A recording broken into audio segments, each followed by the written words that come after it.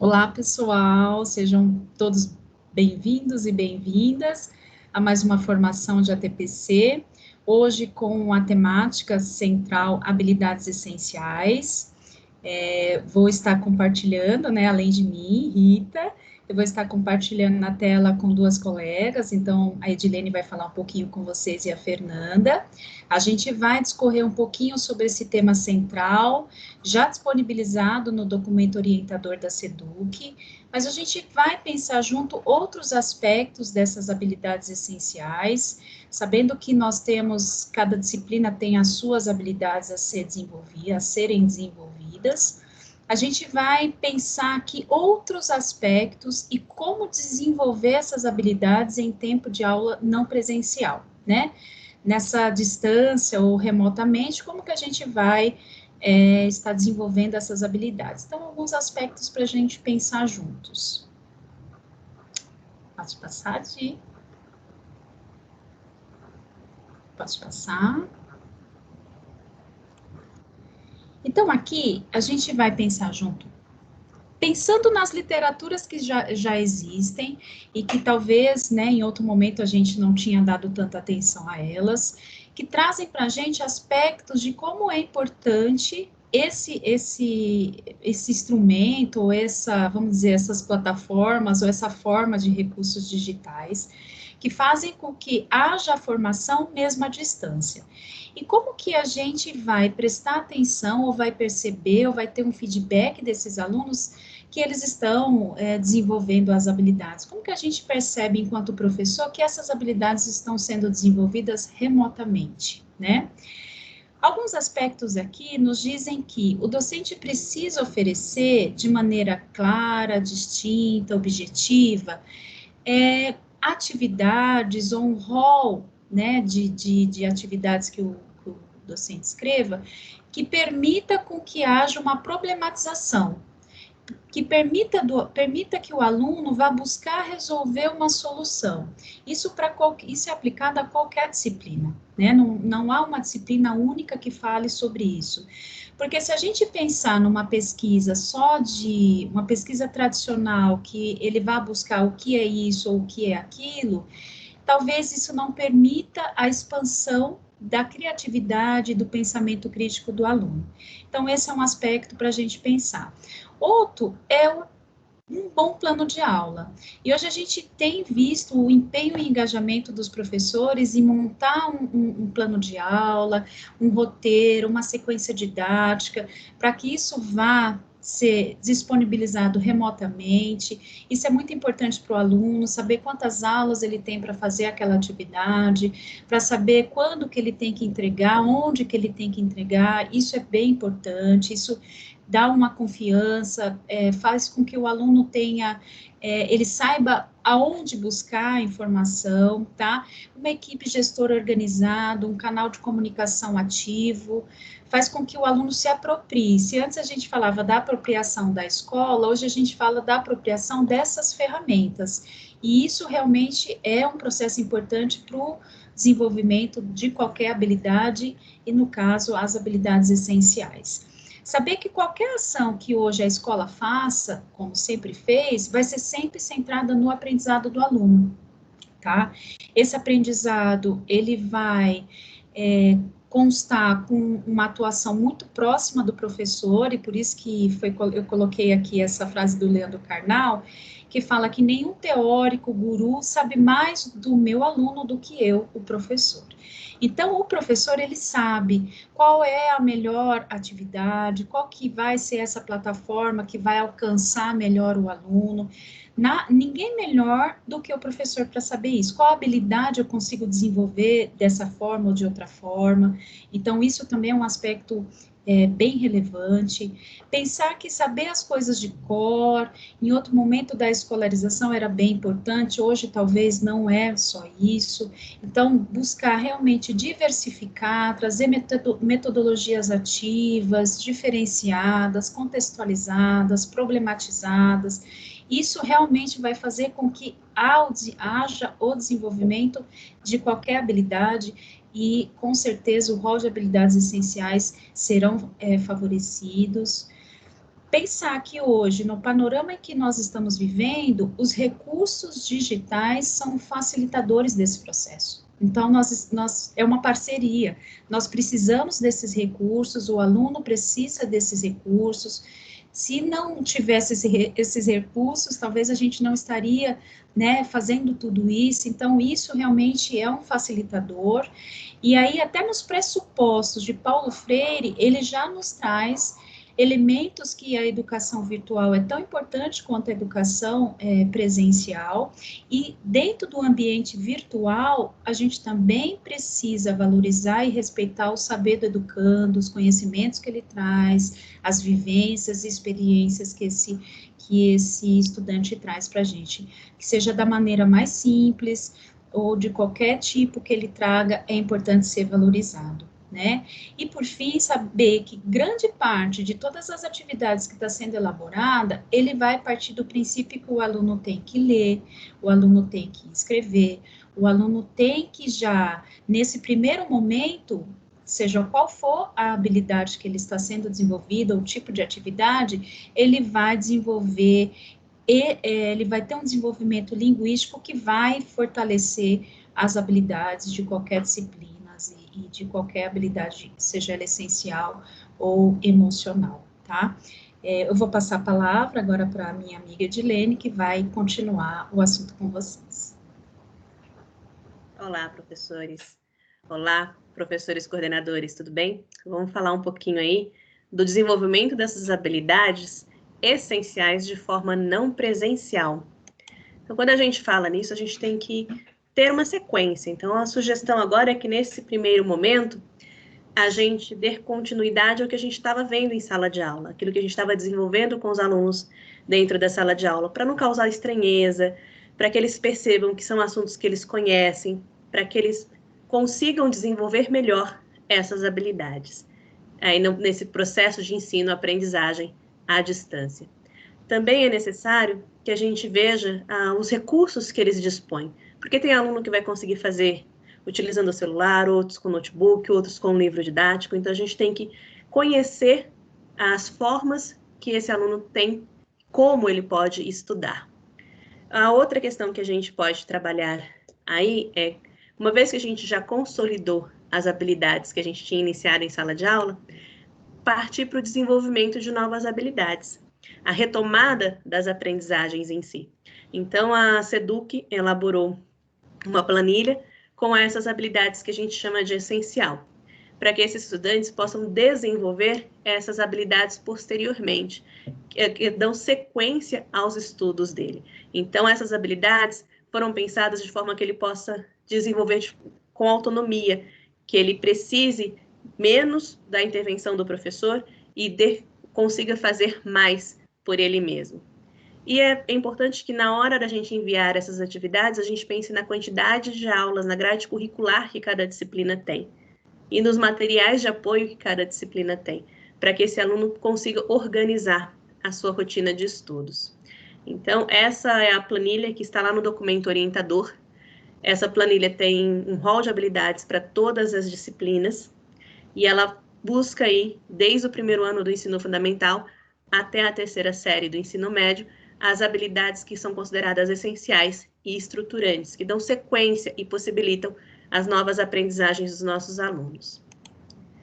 Para a gente lembrar, a Rita até comentou com vocês já, é muito importante que o professor saiba que isso é uma sugestão, que ninguém é melhor do que você, professor, para fazer a seleção das habilidades que o senhor vai utilizar, para saber o que o aluno precisa aprender, para saber como ele pode aprender. E é importante também a gente contar com o apoio da equipe gestora, dos demais professores, para que a gente monte essa grade curricular, para que a gente pense nesse componente curricular, nessa programação semanal, que equivale à grade horária que ele deveria estar aí cumprindo se fosse uma aula presencial. Lembrar também que a gente não desenvolve só habilidades cognitivas. Nesse período, a gente vai estar desenvolvendo habilidades socioemocionais, entre outras, fortemente. Uma delas é a organização. O aluno precisa organizar os seus horários e as suas formas de estudo. ele também precisa desenvolver a disciplina, saber que se ele programou, que se ele organizou, se a rotina dele prevê aquela aula, ele não pode fugir dela, senão ele vai atrapalhar toda a sequência do seu cronograma. Ter foco nesses estudos, tirar de perto dele todas as coisas que possam distraí-lo. Então, o videogame, a TV, para que ele possa se concentrar de fato no estudo, a não ser que a TV seja um instrumento que ele utilize para estudar com relação ao centro de mídias. Ele vai desenvolver também a proatividade, porque muitas vezes ele vai ter dúvidas, ele vai encontrar problemas e ele vai ter que pensar na solução.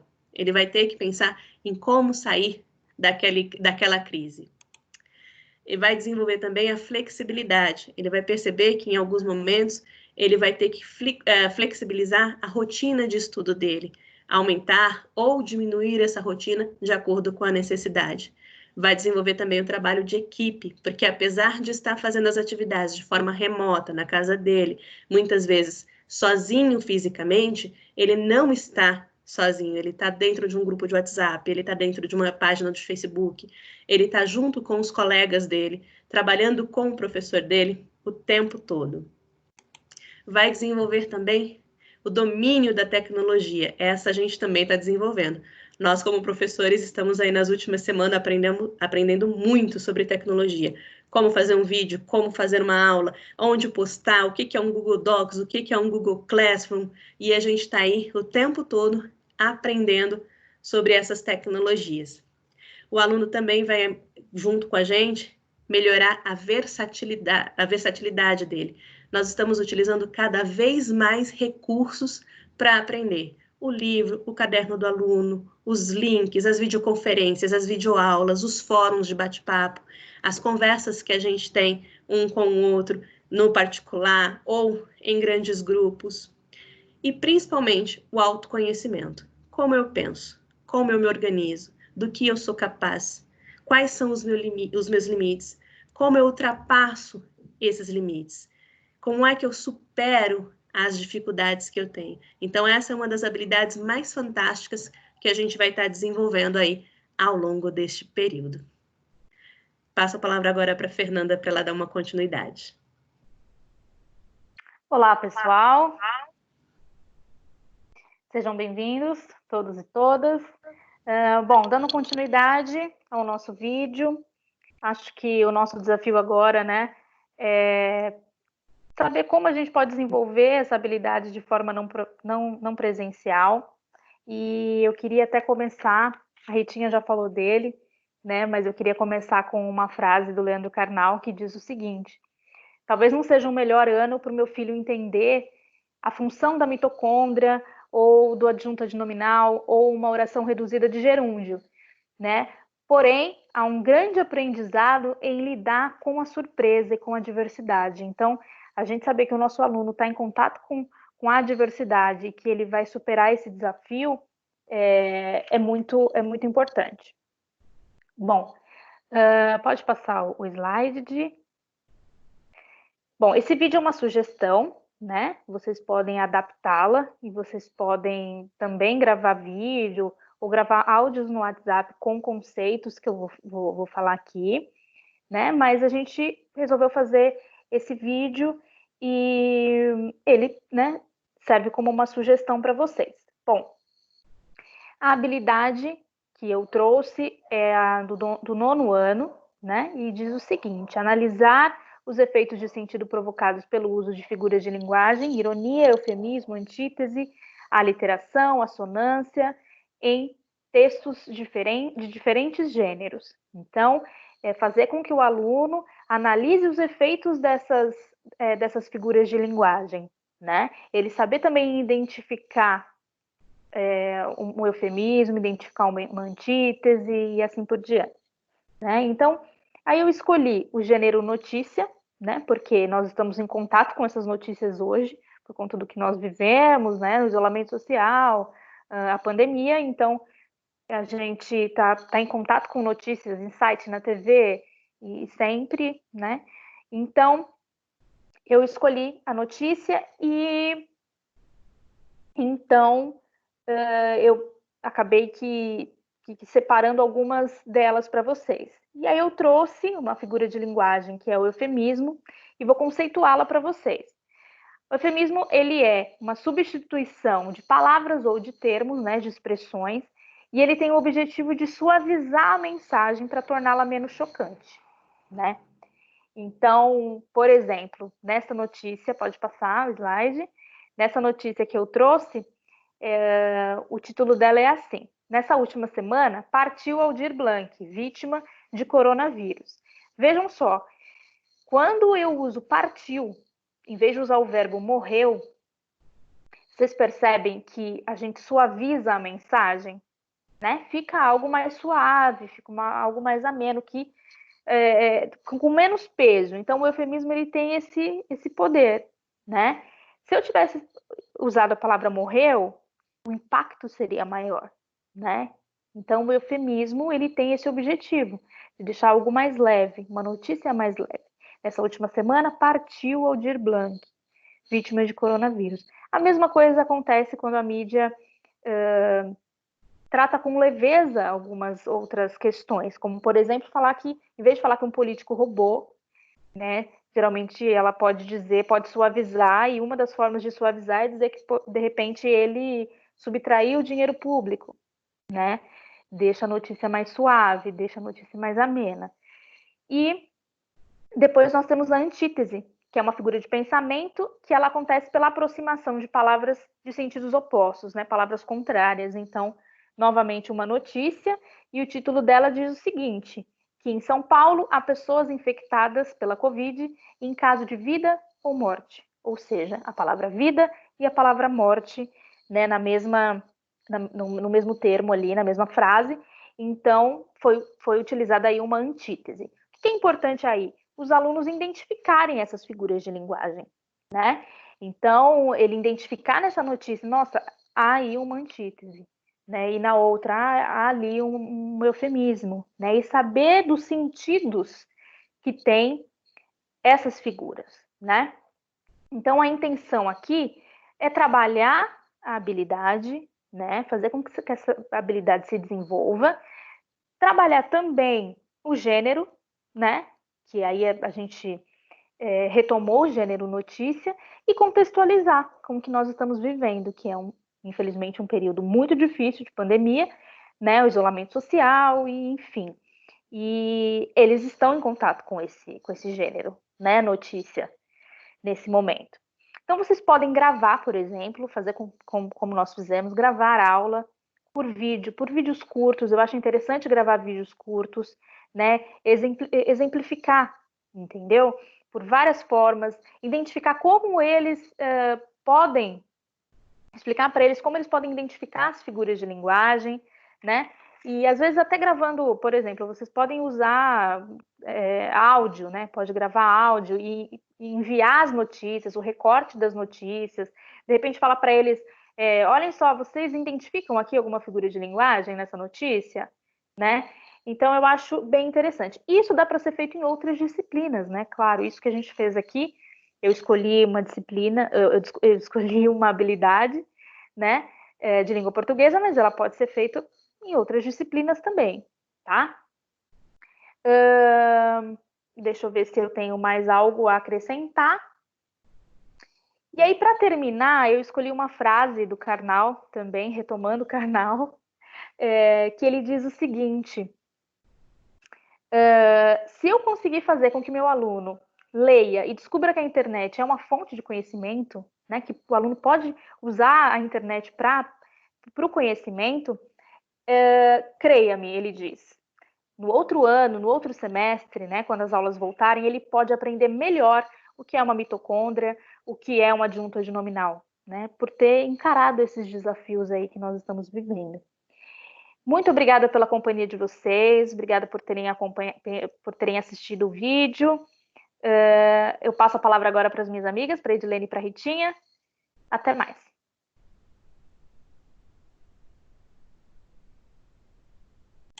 Bem, para a gente encerrar um pouquinho, só para a gente lembrar aqui, a gente falou do desenvolvimento de habilidades que são essenciais, aquelas que, de fato, o nosso aluno vai precisar desenvolver durante esse período.